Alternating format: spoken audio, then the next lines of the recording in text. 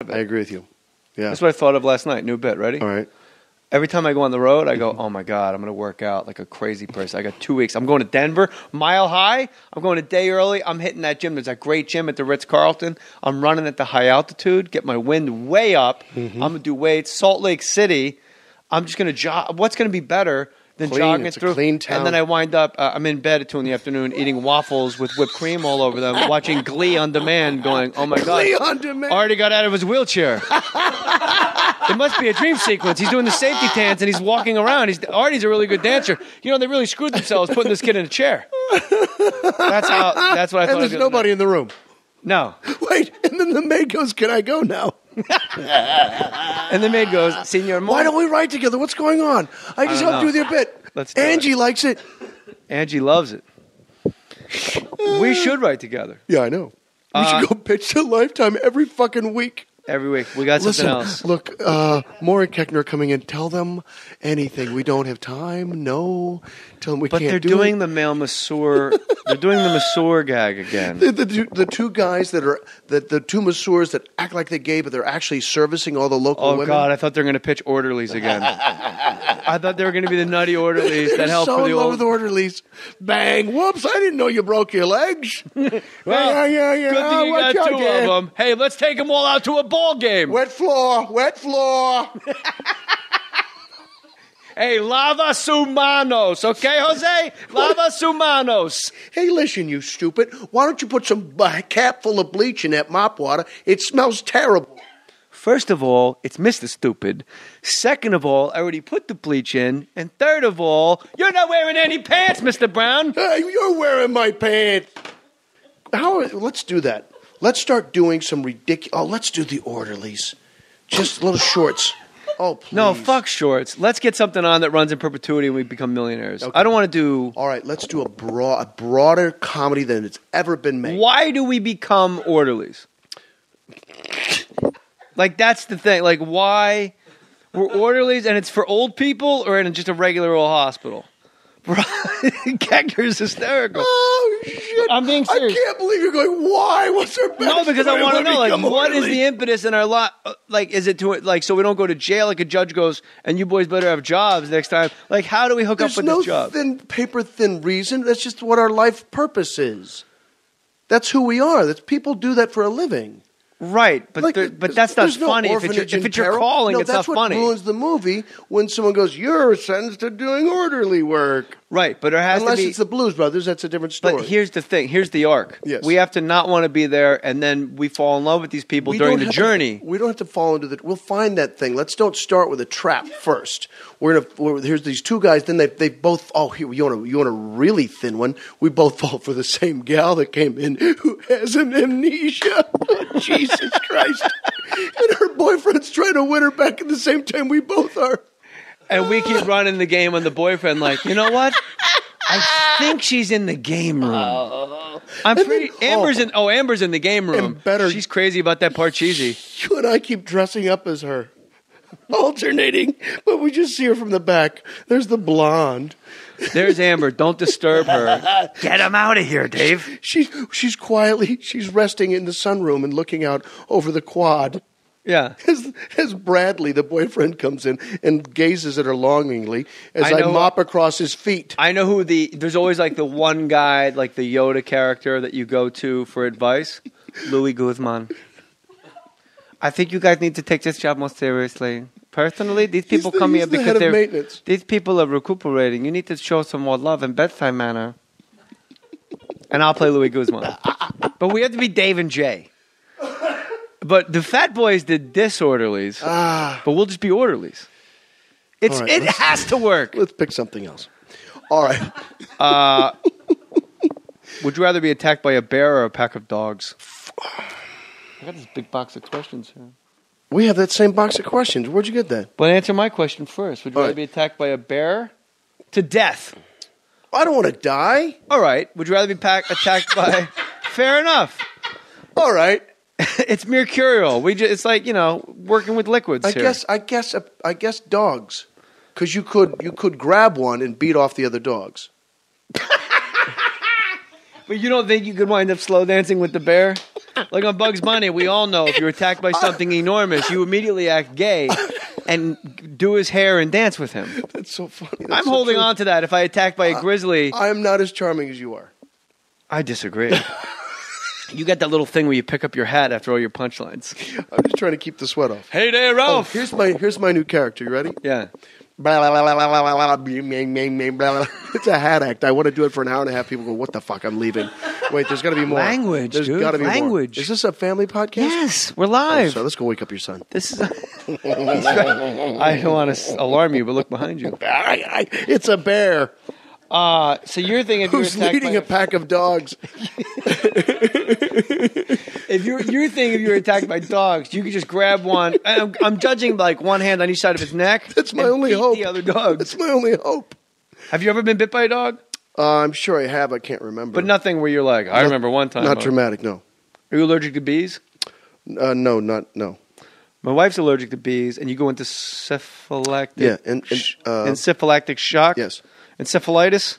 Yes. Syphilis shock. You All right, immediately get syphilis. We're at the You go Emmys. crazy. Okay? Red carpet. We're at the Emmys. For Gary.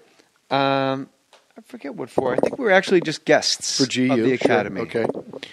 And we are at the okay, are you ready? This is Jay Mohr, red carpet, and walked. My wife gets stung on her spine where the spine meets the neck. Jeez. And she's allergic to bees. And she goes, I just got stung by a bee. I go, what do you want to... Nikki, Jay. And we're already in the machine. There's no going back without a picture being taken of someone running off the red carpet. Apparently she's not that allergic to bees. Oh, you didn't have the shot with you? Nothing like that? No, I don't know nothing about the shots. Well, I thought it was her that throat dangerous. closed up. She passed out for a while. No, really? We had an aisle seat. I let her straighten her legs. It's like you're being on the I plane. realized You put my story has no good ending. She was totally fine. You put a Depends on her. You sat through the business. Huggies. I put Huggies on my wife. Huggies on her. You booed everything that won. Boo. Boo. That sucks. The Naked Trucker was something my wife's been telling me about since we met, and you really had an indelible impression on her. That's and nice. she's sort of a comedy savant. Oh. And you and I don't know your partner's name. Dave Allen. Gruber. Dave Allen Gruber. Dave Gruber Allen. But the Naked Trucker's no more. We don't do it. Wait, hold on. You said Dave Allen, then you said Dave Allen Gruber, then you said Dave Gruber Allen. Well, he goes by Dave, parenthetical Gruber, Allen. That's how he prefers to spell and... So he's well adjusted. Yes. He's a lovely man. And we're still trying to figure out, from what she's explained to me, how you did that comb over. Did You had a huge comb over. It was a wig. Oh, it was a wig. Yeah. Well, that would explain the comb over. Yeah. It was a clip-on wig. What do you think had more wigs, Rock of Ages or The Help? I'm going to say Rock of Ages. Okay. How was it? I liked it. I haven't seen it. I'm a song and dance man, Are you a Dave. fan of musicals? Gotta dance, gotta sing. Welcome, monsieur. Sit yourself down. Holy smokes. And meet the best innkeeper in town. As for the rest. Les Mis. Cabaret?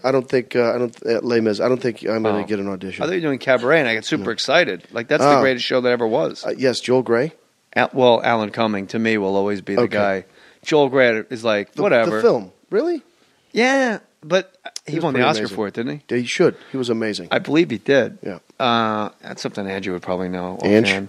But fucking Andrew. He just shook his head at you. But Alan Cumming is so He's sexually ambiguous, and he's like a little nymph, like a little imp, like a Joel little Grey sprite. isn't? No, I don't give a shit about Joel Grey. Really? The fuck do I care about Joel Grey? Give us some time.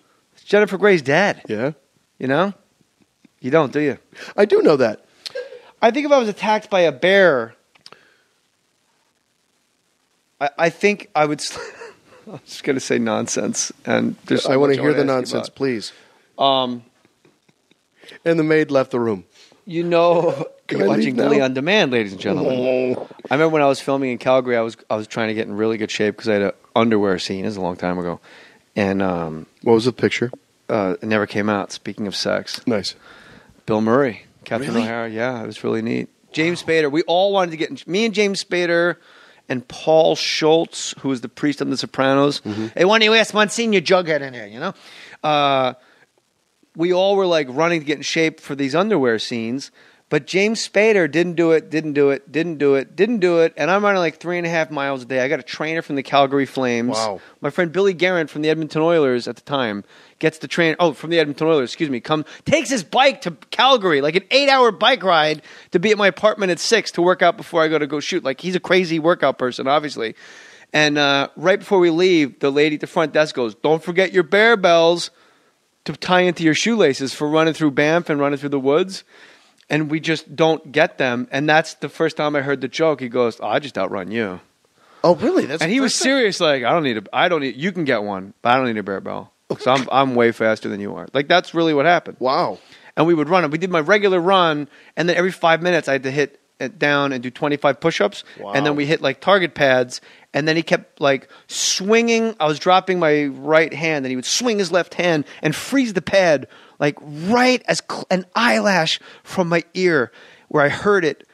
And he goes, "Stop dropping your right." And I go, "Okay." And then you run, and you're running through the woods, and it's uphill and down and up. What were you? Is it a boxing movie? What? No, it's just to burn more calories. Wow. You box, like, just really, let's take it up a notch because we're filming. You're going to be naked in a week. Let's do it. So then the second time, he goes, whoosh. He goes, "Dropping your right." I go, "All right, whatever." And then the third time, he goes, "Dropping your right." I go, "Then just fucking hit me next time." Because I'm tired of hearing you telling me. Like, apparently I dropped my right. I'm not a fighter, okay? Right. Like, I'm belligerent. I'm a fucking petulant teen. We run. He goes, "Give me 25 push-ups." All I remember is looking up at this guy and the blue sky above him. He fucking clocked me with the pad. No shit. I go, "Just fucking hit me next time." Wow. And I go down to do my push-ups, and apparently I stood up, and my right was down, and he just, with a pad on his hand, just went pop against my head. And I don't remember any of that. I just remember laying flat on my back, the most peaceful I've ever felt. He knocked you out? Yeah, he knocked me out cold. Wow. With a pad. That's what a puss I am.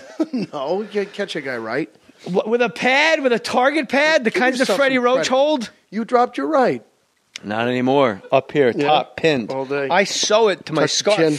Tuck the chin. I sew my long sleeve to my So scarf. wait a minute. I want to know about the picture. So you're in amazing shape. You got a six-pack Oh, yeah. for that picture? Yeah. Are you the lead? Are you the guy that's... I was one of the leads. Me and Melora Walters are getting divorced. One of us hires Bill Murray. The other one hires Catherine O'Hara.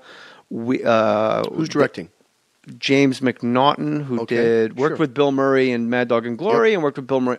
Did Wild Things. He had a lot of Henry heat. Portrait of a Serial Killer? Yes, it's just one of those things that just went off the rails. Like we talked about it earlier. I think Bobby Lee was here, and we talked about it, and it was like it's just one of those things. The opening credit, and I've said it on the podcast to the audience. When something goes south, it's not like 20 minutes into the movie, you look at your buddy and go, immediate. "I don't think this is working." It's literally like you see a Renault driving through the Canadian hillside, and the music comes in, and you go, "Oh no, I don't like it. It's this is bad." And everything's bad. Yep. It's bizarre. And it's worse when you know it when you're shooting it. You're like, "Oh, this is going to be a bad one."